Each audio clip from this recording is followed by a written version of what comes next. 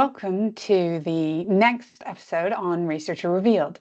This is the podcast where we go behind just the title or content of a paper or a conference poster in order to get to know that health researcher who is behind the research. We delve into their journey to become a researcher and why they are passionate about that thing that they're researching. On today's episode, we have the fourth researcher from Sweden. Can you tell I've been to Sweden recently? And she is a nurse and she is doing her PhD. In the UK, we would call it as a clinical academic, where she is still working clinically, but she's also doing her PhD. I met her when I was in Lisbon at the European Society for Cardiology Heart Failure Association Congress, where she was a winner for the Allied Health Professionals Award at that poster. And I had asked her if we could have a more detailed conversation about how she got into research and all about her research. This episode delves into her journey and reveals why she, as a nurse, is a researcher. Enjoy! Hello, and welcome to this week's podcast of Researcher Revealed. I'm Dr. Rosalind Austin, and on today's episode, we have fourth researcher from Sweden, who is joining us today. And this one, I'm very excited to introduce Linn to everybody out there listening, because Linn is actually joining us from her clinical workplace at the hospital to tell us all about her journey into research. Linn, can you say hello to everybody and tell us who you are? Hi, I'm Linn Höög. I am a 34-year-old nurse who's worked in cardiology and especially in heart failure care for the last 12 years. And I have a current research project in fluid intake and fluid restriction in patients with heart failure. Nice. And PhD, possibly? Yeah, possibly. In a couple of years. Okay, so you haven't yet started your PhD. You're just doing this project. We'll get into that in a minute. Let's put that on. I started my PhD journey. So I started in fall of 2022. Started. Yeah. Okay, we'll get into that in more detail. But first off, I want to go through our rapid 11, or sometimes not so rapid 11, depending on who's having the conversation. So are you ready? Yes, shoot. All right. So are you a Windows or a Mac user? Oh, Windows for sure. Excellent. Tea or coffee? Coffee. Ah, when you're writing like a paper or an abstract or whatever, do you like to write with music or sounds in the background, or do you prefer silence? I don't prefer either. I have music sometimes, but I think it depends on in which language I'm writing or, thinking, because sometimes I can be a bit distracted listening to, English music and then writing in English, because then I start writing the text lyrics. Oh, I haven't even thought about the complications of having to write in different languages. Ooh, I might ask some questions about that when we get into the episode. Yeah. Where do you tend to do your research work? At home, or do you have an office? Well, I have an office here at the hospital, so sometimes I'm here, but sometimes I'm also at home. It depends on how much work I have, that has to be done, because sometimes I work better at home because I don't get disturbed. Because since I have my office and my clinical work, you often get drawn into clinical practice in different forms, you help out. So when I'm very stressed out, I sit at home because I have more time and more, more efficient work. Yeah, it's something that I think is especially true for people like you who are combining that clinical job as a nurse together with research. If you do try and do research work in a clinical environment, it's not like you can put a sign on your back that says, I'm doing research today, please don't bother me with your clinical questions. People are still going to come and they're going to be like, Yeah, right. Very cool. What time of day are you most productive? I'd say after my 6-year-old goes to bed, so past 7. Oh, there's so much study in this. I've said this before on the podcast, but I really think somebody needs to do a research project on when people who are parents get their work done, because pretty much everybody who has a kid says either like crazy o'clock in the morning or after bedtime. Yes, 7 to 11 p.m. for sure. Very cool. What about a favorite referencing management system? I'm not very familiar with many, so I just use EndNote, which is probably the most common that you use here in Sweden. There are different, but that's the one I've learned to use, so that's the one I can only refer to. Fair enough. You're good. There's nothing wrong with that. What about when it comes to data visualization? What is a favorite tool for making like your graphs, your figures, things like that? I haven't had much experience with those kind of tools, because the ones that I have done, those were, I did it myself. So I used a lot of PowerPoints and a lot of figures from PowerPoint, and I just, I draw my own. That is so common. And actually, like through doing these questions, I actually have a new personal goal now, because like you, I use PowerPoint like a demon. But more senior people who I've spoken to, their most common tool that they use is other people. Really? So it's like an aspirational goal. Yeah. Oh, right. I'll write it down. Yeah, exactly. Moving swiftly on. What about a favorite snack to eat while you're at your desk? I try not to snack, but good girl, well done. In case I'd eat, I'm a licorice lover, so I'll say licorice. Oh, fair enough. Yeah. Fair enough. Like it.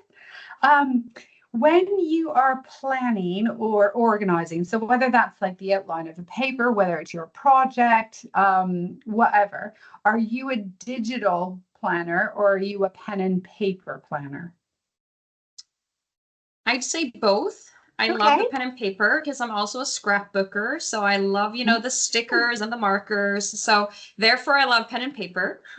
But I'm also very digital, with my calendar and with my email and so on. So I kind of use both, but I would say for planning, probably more digital though. But I'm similar. I have a hybrid, so I think that's not that uncommon in today's world. It's like I'm a stationery lover. Like I go out shopping, and like if we go by like a stationery store, my husband's like, no, and I'm like, it is pretty. Yeah. Yeah, every year I buy this paper calendar and I buy new markers and new stickers and I start doing it, and I had this bullet journal that I was going to, start out last year, and I started it, I don't finish it because then it's, you transfer everything digitally. So at the end, it's like, I don't know. You and I need to have a conversation offline about bullet journaling, because I too started bullet journaling.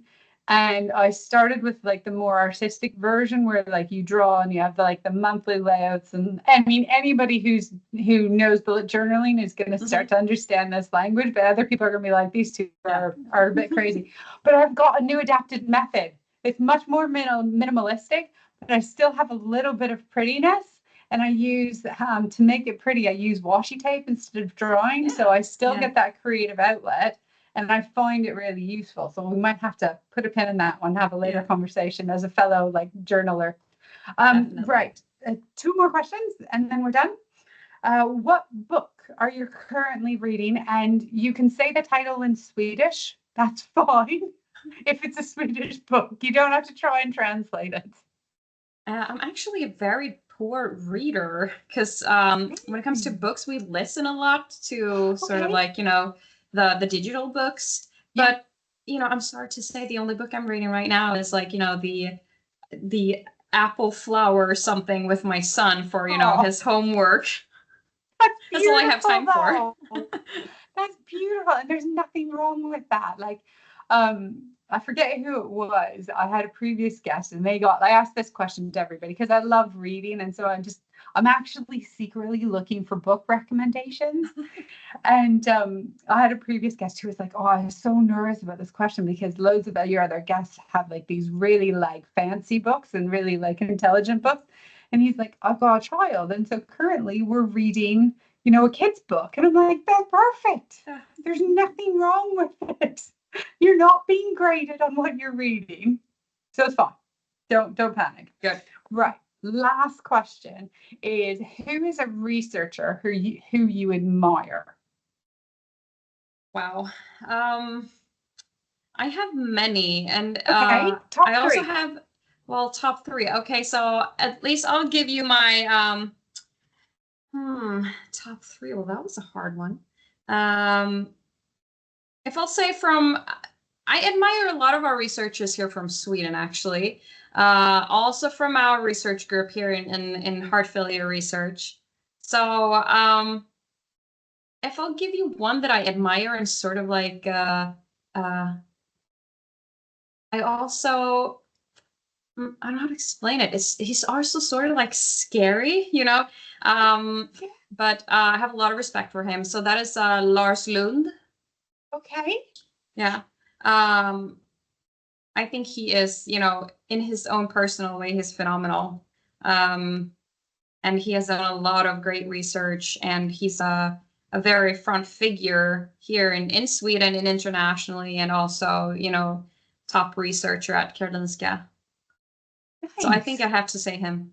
Yeah, no, that's fine. There's like, again, with the book, there's no judgment. I've had people refuse to give me names. I've had people be like, I am anti-hero. Like, I ask these questions because I find like it's really interesting to just get a little peek inside who you are as a researcher and how you work, because we all do so many different things. So I just find it interesting. Right. So speaking of research, you already mentioned in the introduction, you're working in cardiac care, and you started this other project around fluid retention in heart failure patients. And we're going to get to that project in a minute. But first, I want you to, if you're happy to share, how did you find out about research? What drew you into research? Well, Karolinska in general is a university hospital, so we work a lot with education and research within our clinical practice. However, I think for nurses, especially here, it's kind of like a hard path, to take the journey into research for different reasons. I felt like I needed a new challenge in life. I needed a challenge in my role as a nurse. So I think that I was looking for something to both, grow as a nurse and grow as a person, and to challenge myself in a way that was, beyond just the scope of nursing. And, if you would have asked me 10 years ago if I would go into research, I would say never in my life, because that is not for me. And, however, I stand here today and I say, I think this is what I was, meant to do, sort of. It's always been very interesting. And I think that when you go through nursing school and you do different studies, I had my specialization in medical care. We don't get a lot of research. And I think that we are not very familiar with how it's performed and results and so on. It's a very big part of, the medical doctors' scope of area and in their expertise. And I think that nurses are not very fed with information and generally about research. So, it's always been circling around you, going like, oh, you should do research when you get older, or like when you're further on in your nursing path, you should do research. And at first I said, no, it's not for me. But, it's part of like, growing process. So it was my own personal challenge, really. So I find that fascinating. Like, so interesting to learn how people get into research, especially as nurses, but not just nurses, other people as well, because research tends to be this thing that most people perceive as, oh, it's the doctors who do it, or it's pharmaceutical companies that do it. And there's so much more research everywhere in the world. So I find it interesting that you were like, it was on your radar, but you were like, nah. But now you're like, you know what? It's time. I want to grow. I want to challenge myself. So for you in Sweden, so this gets listened to all over the world. So people may not be that familiar. I'm including myself in that, with how a PhD journey within nursing happens in Sweden.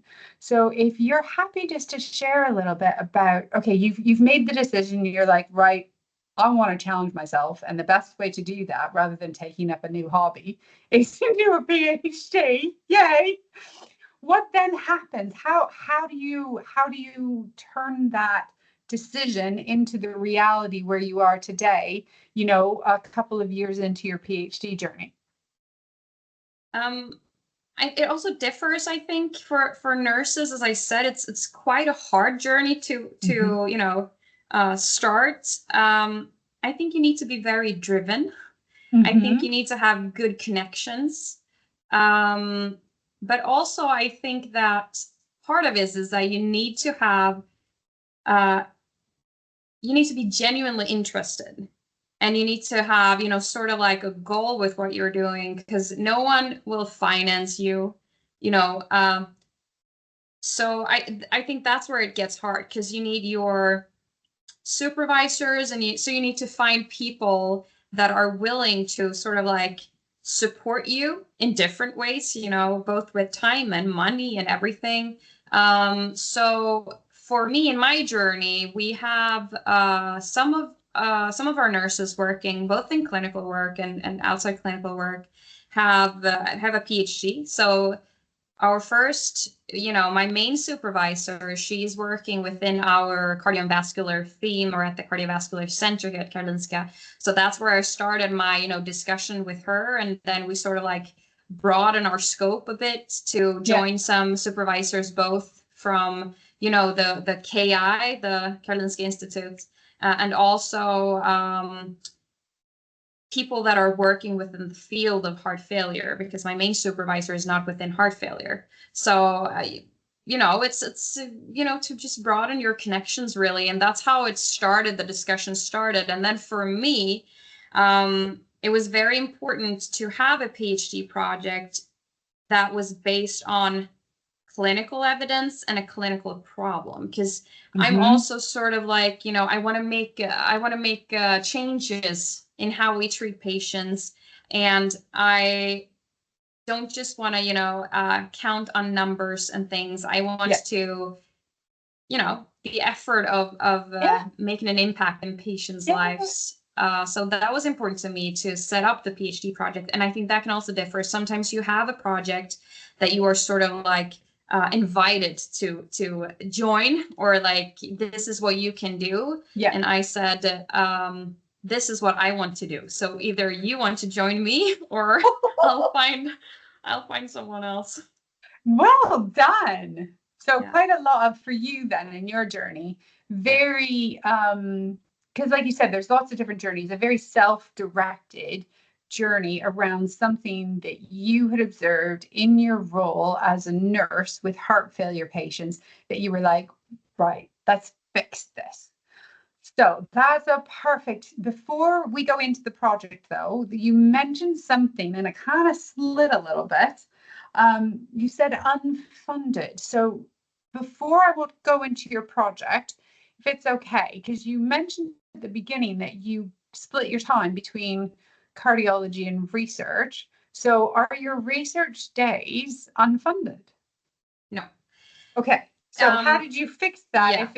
If within Sweden in nursing, it's not typical to get a funded PhD, how have you managed that? Yeah, I think that you will have a funded PhD, but sometimes you need to address where the funding comes from. You know, if you have a big research group that already have money within their group, then they have to address if they want to fund you or not. However, in Sweden, we are very, you know, the institutions, or like here, the Karolinska Institute, they're very aware of the problem that some of our fellow, colleagues do their PhD during simply, clinical work. So they're not, in the manner funded. However, when you do sign up for a PhD, you need to hand in sort of like a financial plan, because it's not supposed to be unfunded, because it's not allowed. So but I think that's why it's so hard to find supervisors that have money, because usually it's like, I want to do this, but then the supervisors say, you know what, I don't have the money to fund you, because they cannot say, okay, then you'll do it for free, because that's not allowed. And that's why that's why it might be hard for people to do this PhD journey, and especially for nurses, because there are few, in that sense, PhD nurses that can supervise them and have the financial ability to help out. However, I have funding both from my clinic, so my clinic is paying for some of my research time, and then we have, just like everyone else, we sought money for different funds and project, scholarships sort of, and we have had some positive fundings from those kind of areas. Okay, so it doesn't sound that dissimilar then to how it works in the UK. So there's not really like there's lots of different ways you can do it, and it's kind of similar to how you were talking about your project. It is a pick your own adventure depending on who you are, where you're located, and that own personal, which I love how you included it as a key component, that own personal drive of that individual. Like, are you willing and happy to do any project or is there something that you just have to find out? Excellent. That makes it a lot clearer. Thank you, Linn. So let's talk about that project that you fought so hard for. So again, this goes out worldwide to lots of different people. So if as you're explaining your project, like there's acronyms or anything, try and explain those out, just so that, because I'll understand it because I know heart failure, but there might be people who aren't. So tell us about your project and why it was that you are so passionate about doing research around fluid in heart failure patients. Well, first of all, I've met these patients for, the 12 years that I've worked here. And you sort of like, you pick up different issues, or you pick up different things that you feel is affecting patients in different ways. And when it comes to fluid intake and fluid restriction, it's also something that is a very common part of patients' self-care, and a very common part of nurses' education is education patient in self-care. So, during the years, I've always asked myself, why do we give the recommendation on a restricted fluid intake? Because what you're also taught, even from the basic and the start of your journey becoming a nurse, is that everything we do with our patients is evidence-based, or it should be evidence-based, or we shouldn't do it. So then I started looking at, okay, so obviously we do something and we give recommendations on something based on evidence. And then I started looking at the evidence, knowing, there is not sufficient evidence. And looking at guidelines and other, care programs, they also address this issue, that this is a treatment strategy that is non-pharmacologically, but also not evidence-based. And so that kind of like started, a thought of mine saying, how can we accept ourselves to give patient advice on something that is not based on evidence? And especially when there has been research around this area where we actually can show that people might be affected negatively by fluid restriction. So that's sort of like brought an interest of mine saying, okay, it's not evidence-based and it might actually harm patients in different ways. So that's how it all started. And, I'm kind of like so to just put a pin in that, because I think that's worth really expanding on, because I think that journey that you went on is something that not a lot of, not just nurses, but healthcare professionals in general And patients probably don't realize of how much of the care that we give, is it actually evidence-based, and what does that evidence look like? And so I think for you, having that curiosity around those fluid restrictions that, we think are so important, and you dove into the literature and you were like, wait a second here, and you found that it's not just a little gap, it's quite a big gap, that we don't have strong evidence to say what we should or shouldn't do in this population. So I think that's really fascinating to just kind of acknowledge that there are a lot of things we don't know yet. Yes, exactly. So and I your also project. think that but I think we owe our patients, because we have made such, great advancements in the medical care and heart failure. And, for the last couple of, the heart failure congresses, sort of, and all of the congresses, all that you've been talking about is the 4 pillars of heart failure. And it's been, all over, and the rapid titration of medicines and how it affects patients in a positive way. And we sort of, forget some of our other, treatment methods as well.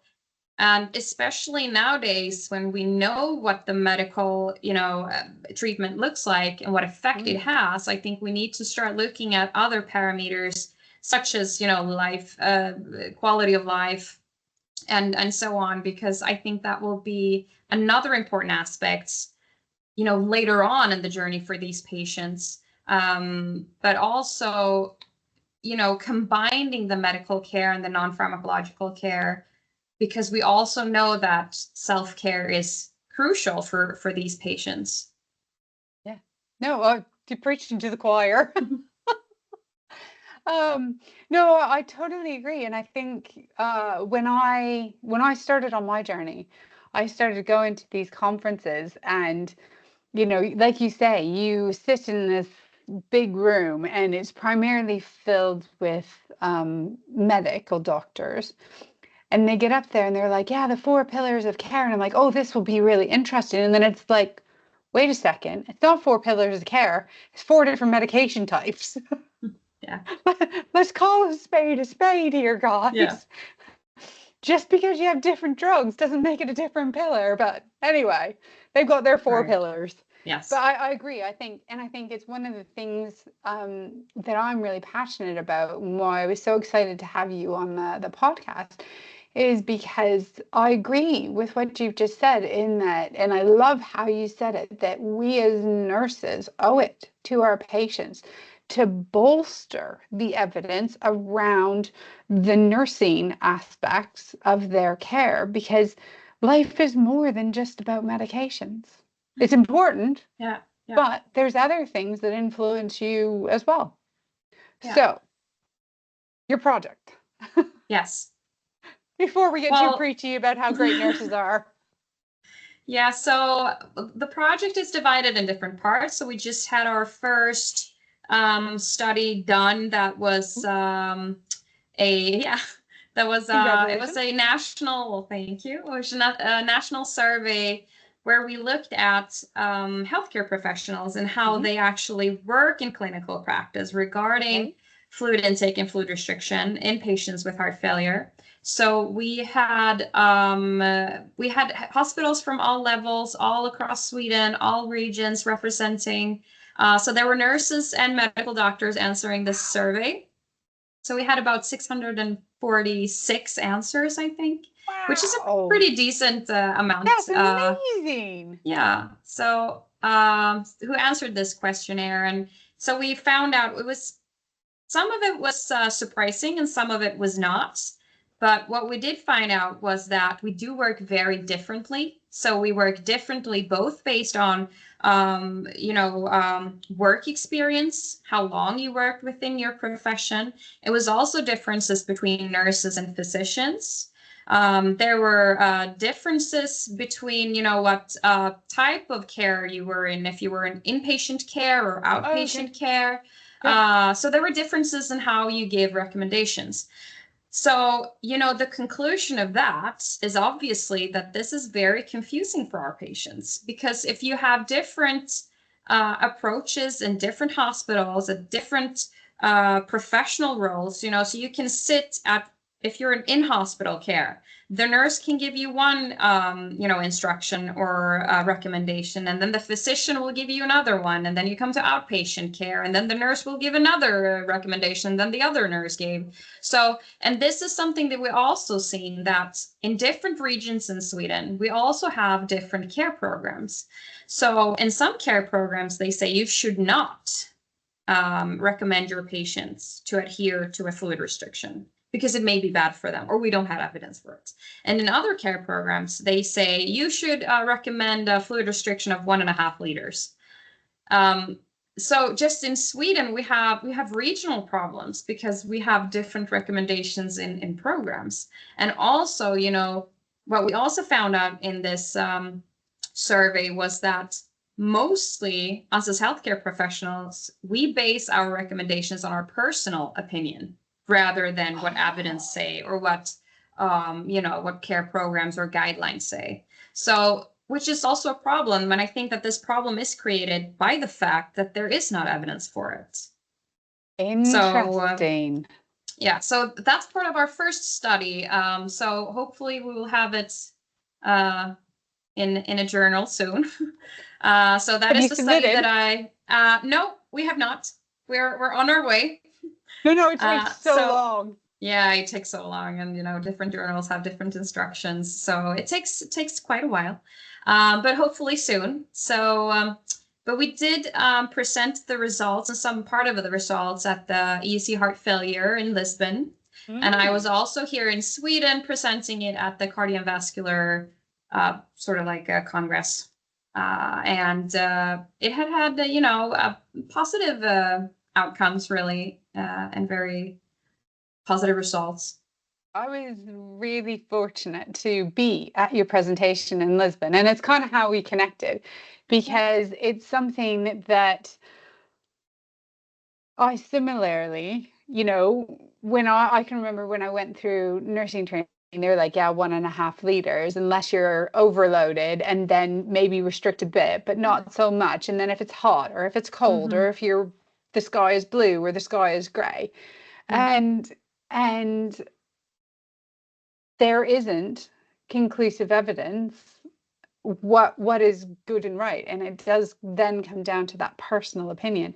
And so I was really fascinated by the fact now, which I find really interesting, that you've now got the data, and hopefully soon it'll be out there for everybody to read, to actually demonstrate that this is a huge gap, and that in the interim, clinicians are advising patients based on their personal opinions and their interpretation of what that patient might need in that given time.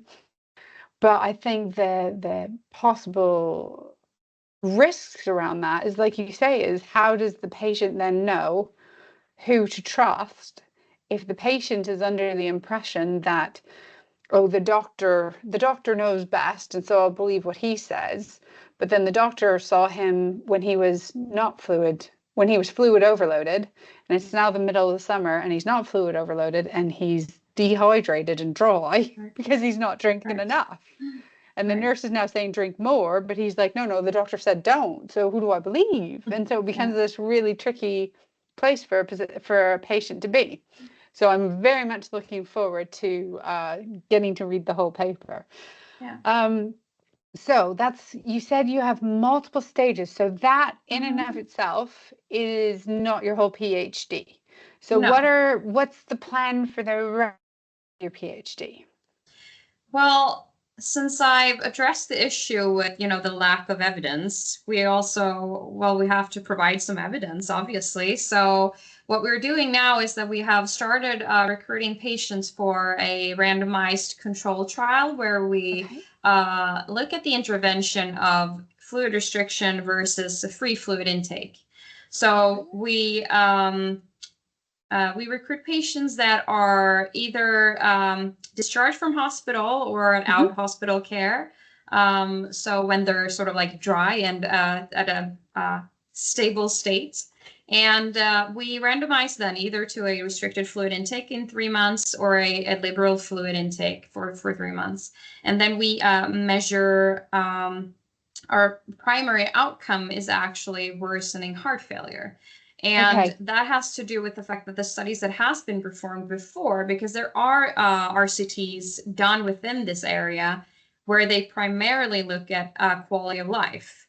Because as I said before, this is an issue that we as nurses basically see as an issue, because we can tell how this affects our patients in their in their mental state and their life in general.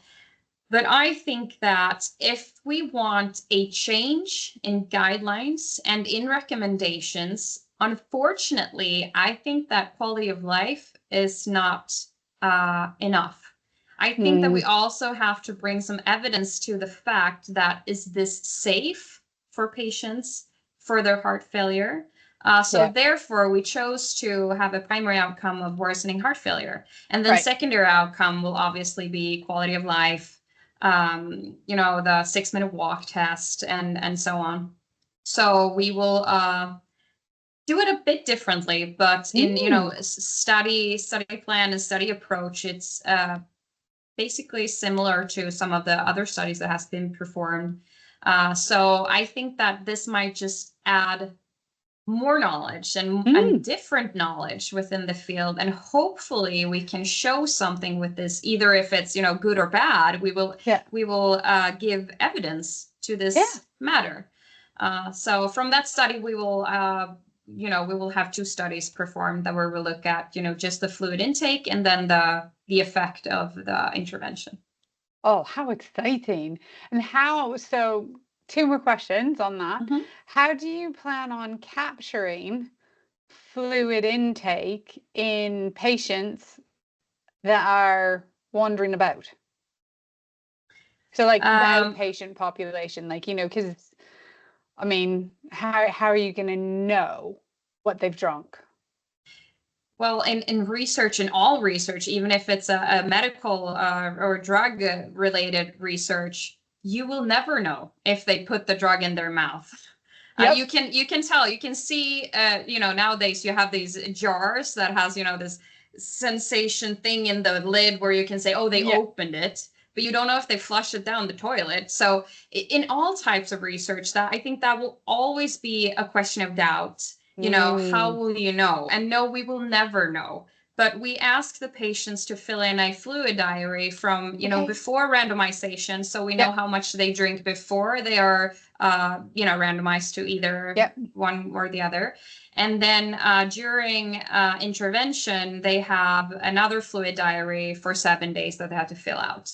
So that is just trying to help out to minimize the risk of saying we have no idea. But, that is just 7 days. That might not reflect the whole 3 months of the intervention. However, I think because some also, we had the question about, okay, so if they have a free fluid intake, what if they only drink 1 liter a day? Then you can't, really look at the different groups, because they drink less than the ones that are a restricted fluid intake. But for me, I think that is a result itself, because many of our patients with heart failure, they don't drink much. So I think that's also results saying that, okay, maybe we shouldn't target fluid intake as something that we need to address with all patients. Instead, maybe we should talk to our patients that are very thirsty, that drink very much, and say, this is not going to help your thirst, and we need to address your thirst firstly. So for me, it's not only bad saying that, oh, they only drank 1.5 liter, 1 liter. I wanted them to drink 3, because that's not really the purpose. It's also the purpose of just saying, how are you affected by the fact that I say you can drink whatever you want? Because that's also something that we thought about, saying, saying to someone that you cannot drink more than this creates, sort of a stress and sort of like a panic feeling, oh my God, I'm so thirsty, I can't drink more. It's like, coming to kindergarten and there's a note saying there's lice. Your head starts itching. It's the same kind of thing. I think that just by saying to someone, do not drink more, it affects them so much because they start thinking about it. They starting measuring. They fill up their bottle saying, this is the only thing I can drink today. So I just limiting that limit really. Doesn't mean that they drink more, but it might have an effect or an impact on just how they feel. Yeah, I think I'm so excited about your research because I think it'll be really interesting to find out what you discover and the fact that you're capturing different things as well. So yes, you are looking at the heart failure. What was the word you used? I used the word. I used a different word. Deterioration. The deterioration. I used decompensation, and I was like, I was like, in my head, I was like, that's not the right word because you were using a different word, but it's the same thing. That deterioration or the decompensation in somebody's condition, in addition to those other things, because I unfortunately, I agree with you, is that a lot of times research outside of pharmaceutical trials doesn't get taken as seriously because you don't have those accepted, and let's be honest, let's call a spade, the financial implications of those hard endpoints. Those are the things that tend to change guidelines or make it so that it goes higher up that guideline hierarchy. So I think by you doing both, which is really exciting, then you'll be able to say, hey, actually, those people who were deteriorating, look at this, actually, these things also went down. So then it starts to equate and say, do we need to have those hard endpoints? Because, is it as simple as I feel like poo, and so therefore I'm not going to be doing well and I'll probably come to the hospital? Right. Very interesting. So that's in the works. Are you open to recruiting that or not yet? Yeah. No, you are. open. Okay. Yeah. Nice. So that then finishes, and then write your thesis and you're done, or do you have more projects in your PhD as well? Right now, there are not more projects. That's also a bit That's up to the loads. institution. Yeah, it is loads. But we did have another study plan for our first draft for the research plan. But we had to sort of like scratch it out because the institution thought that it was too heavy for a PhD project. Yeah. So we'll see if we're going to add something later on, because it would be also a bit interesting adding, qualitative research, perhaps, looking at how they actually, perceived this. And we'll see. We'll see in the future what holds. There's always time after your PhD. Yeah. There's always time. Like you'll have that resource, you have those skills, you could do a little like postdoc project and, get in touch with some of your RCT participants and be like, how did it make you feel? Or, whatever. So there's time. Yeah. So for PhD in Sweden, especially you're doing it in addition to your clinical job, how much time are you anticipating that it will take you to complete? Or is that more like a question of how the pieces string? Yes. It's okay. I think it's all down to how, the enrollment of patients, because that's what it's down to right now. Yeah.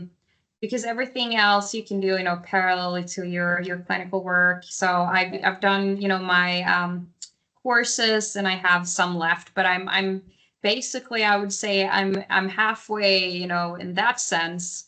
But so it all comes down to enrollment of patients, because we don't know how long that's going to take yet. Yeah. So also depending on how much work I need to put in and how much work we can have, put on others, and, how much we can finance in different aspects. So we're trying to look at that now. So we'll see, but I'm doing it half time on paper. So I do have until 2030, I think. to finish. So it's many years, You got but I loads of time, man. hopefully we'll be done before that, but we'll see. I'm not, I'm not in a hurry. No, and I mean, I think it's more important that you do. It goes back to like what you said in the beginning, and I think it's one of the things. Hearing more details about your project today, that I really like about it is you've built a project that, regardless of whether or not yes fluid restriction or no free fluid at the end being the thing that's more positive, you're going to add to that huge gap that is in the literature. You'll start to have some evidence, and even even with the restrictions that any research study has, you'll have something. Those clinicians in Sweden will have a little bit more to kind of be like, think about it, and it's something like, um, is it as simple as, which is where like that missing quality work kind of makes me go, is it as simple as we don't use the word restriction? Right. Right. Yeah. And we say, yes, you can drink, and you can drink what you want, but if your legs are full of fluid and leaking, maybe don't drink so much. Right. But I think And it's also, teach them how, yeah. what us clinicians do, how can we more effectively transfer that to patients instead of being it's this way or that way. Absolutely. I think you're addressing a very important point, because I think what's important here when we talk about patient education and self-care, I think that what we have to teach our patients is, sort of like more of the fluid balance. What goes in must come out. So it really doesn't matter if you keep a fluid restriction of 1.5 liters, because if it will only come out 500, then we still have, a positive balance, and that will be a problem. So I think that what we need to address for them is more, you need to be aware of these signs and symptoms for fluid retention, but also, if you don't pee too much, you're going to save fluid volume anyways. So they don't get stuck on the fact that, oh, but I only drank 1.5 liters. Yeah, but you only had an output of 200. So I think that's more important to say to them, that if you drink 3 liters, that is fine, as long as you have about the same output. Because I think patients are very aware. You don't have to tell them, okay, you need a bedpan so that you can measure your urine. That's not the point. But they also tell you when they come to hospital, they say, okay, yeah, I need to sleep with 4 pillows under my head. I haven't been able to go to the bathroom. I have much less urine output. They are very aware. So if you let them know what you need to be careful about, or when you need to add, furosemide or whatever, you need to talk more about outputs and inputs, and not just inputs. Yeah, I totally agree with you. And I think that's what I'm really hopeful some of those indications come out of your research that you're doing, because I think that lack of evidence has caused people to rely on, and not just clinicians, but patients as well, rely on an easy out. And that easy out often gets translated as, oh, you have heart failure, so you're going to tend to hold on to more fluid, so we're just generically going to restrict you. But like you said, regardless of people's health conditions, there's loads of other research that's coming out now, and that's saying in general everybody is running around dehydrated.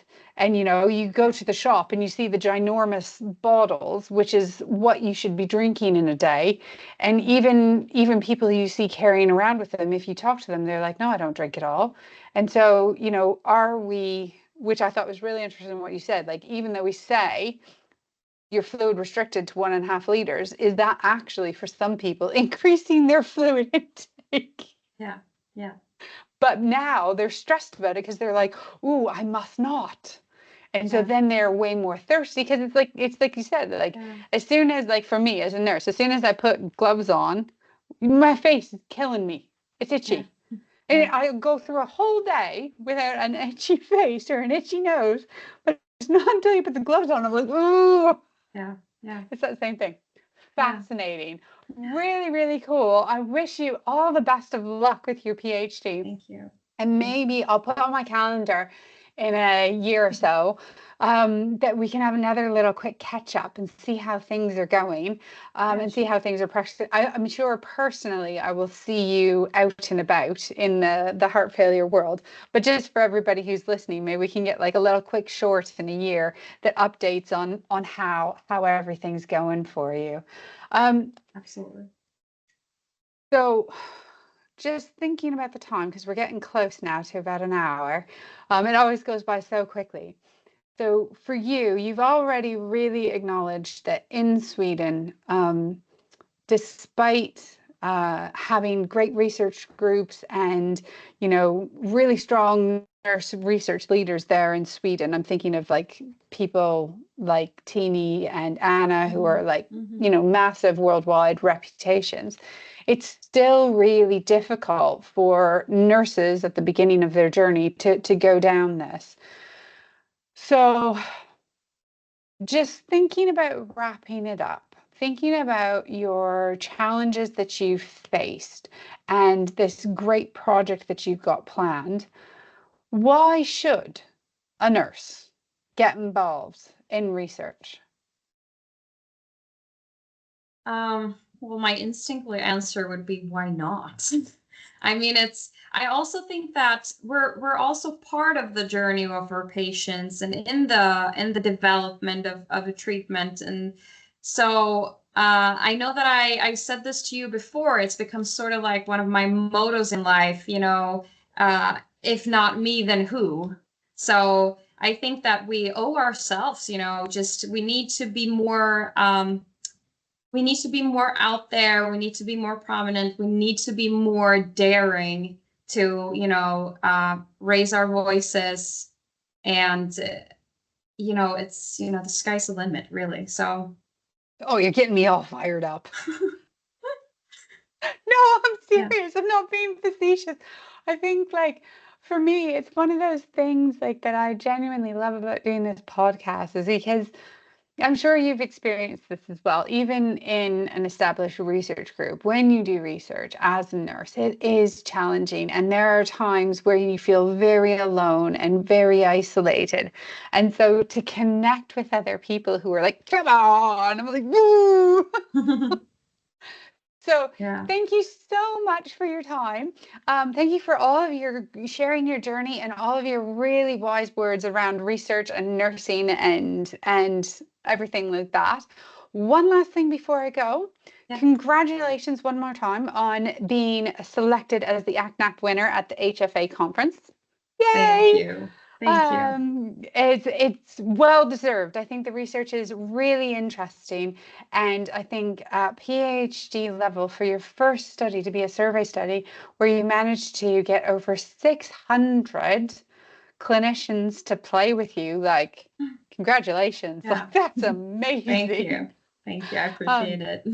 And I'm sure the RCT will go well as well. So I will look forward to fingers crossed. Hearing more. And when it does get published, definitely email it to me and I will add it onto the description in this episode, because although I know like you're at the beginning of the journey, so it's not expected or warranted that you'd have like 5 million publications, but it's just so that this will be a resource now for people moving forward. So I want to update it once it does get out there. Yeah. Excellent. For sure. Excellent. Thank you so much. And for everybody else listening out there, thanks for tuning in to this episode. And I will see you all again in another 3 weeks. Thank you so much. Bye. Bye. Don't go away. Up next, we have the top 3 takeaways from this week's podcast by Dr. Rosalind Austin. Oh, I'm so grateful for Lynn taking time while she was at the hospital to have that conversation with me as part of her day and part of her role as a nurse researcher, PhD student. That was very, very interesting conversation. So let's dive right into it. Let's dive straight into my top takeaways. First one is her honesty in talking about how not just for nurses, but the challenges of doing and becoming a researcher in health. And for her specifically, and being a nurse, I kind of identify with her journey as well, the challenges inherent in that. And I thought it was really interesting that for her, she was inspired to do it, partly because of people that she worked with and saw, but also just as a way to expand her nursing experience, her nursing knowledge, and grow as a nurse. And I think that very inspiring, and to remember, like, it's not just about a career pathway, that actually research can be a way to expand who you are as a nurse, and then onward impact into how other people nurse patients because a result of your research. And I really enjoyed how she's kind of framed that around that need and recognition that while research as a nurse is a challenge, that it's something that can grow your nursing career. Moving on to the second top takeaway is, again, her project revealing, and her own personal journey revealing that evidence base around health and the advice that is given to people who are unwell, in her case heart failure, isn't as strong as people might assume it to be. And she discovered that something that is very important to heart failure care, the monitoring of their fluid, the management of their fluid, in order to decrease the probability of them having deteriorations in their disease. We don't really have strong evidence to say that we should fluid restrict, we shouldn't fluid restrict, when to, why to, all of those things. And I thought that was a really good top takeaway, is to remember that actually, and ask, is our evidence base as strong as what we're assuming it to be? So it was really cool. The last one was a bit of a call to action more than a top takeaway, but I think it's a really important thing, in delving into why research for her and revealing her reasons. I loved how she said it, and it's, if not me, then who? And I think the combination of the other two top takeaways of being the evidence isn't strong, it's not something that a lot of non-medics, I'm sorry, the other way around, it's not a subject where medics tend to put a lot of energy into researching. So there's so many more aspects to somebody's care other than just their tablets or their surgery or their brace or things like that. And so as these other healthcare professionals, if we want to be able to provide that evidence-based care, like we all say we do, then we need to start to step up and be researchers so that we are able to inform that evidence base and give not just us, but our other colleagues that evidence to treat those patients and to be able to better advocate for a more inclusive healthcare plan that goes beyond just medication or surgery or a device or things like that, to make it more multifaceted, because that's what health and human life are. So yeah, top takeaway number 3, if not me, then who? Be a nurse researcher, or a physio nurse researcher, or whoever researcher. Right, that's it for this one. I hope you all enjoyed. Don't forget, we have another episode in another 3 weeks. If you can't remember when, it tends to be on a Thursday, but you don't have to think about that. Just like, subscribe, hit the notification bell, and then your computer will tell you when a new episode drops, because for everybody who's been following along for the first year, you'll know I sometimes drop surprise episodes. So yeah, give us a follow. Thanks to everybody who is, and thanks for everybody who listens all the way to the end. I really appreciate it, and it's really fun to see how the community is starting to grow around this podcast. Thank you so much for listening, and don't forget, keep asking why. Bye.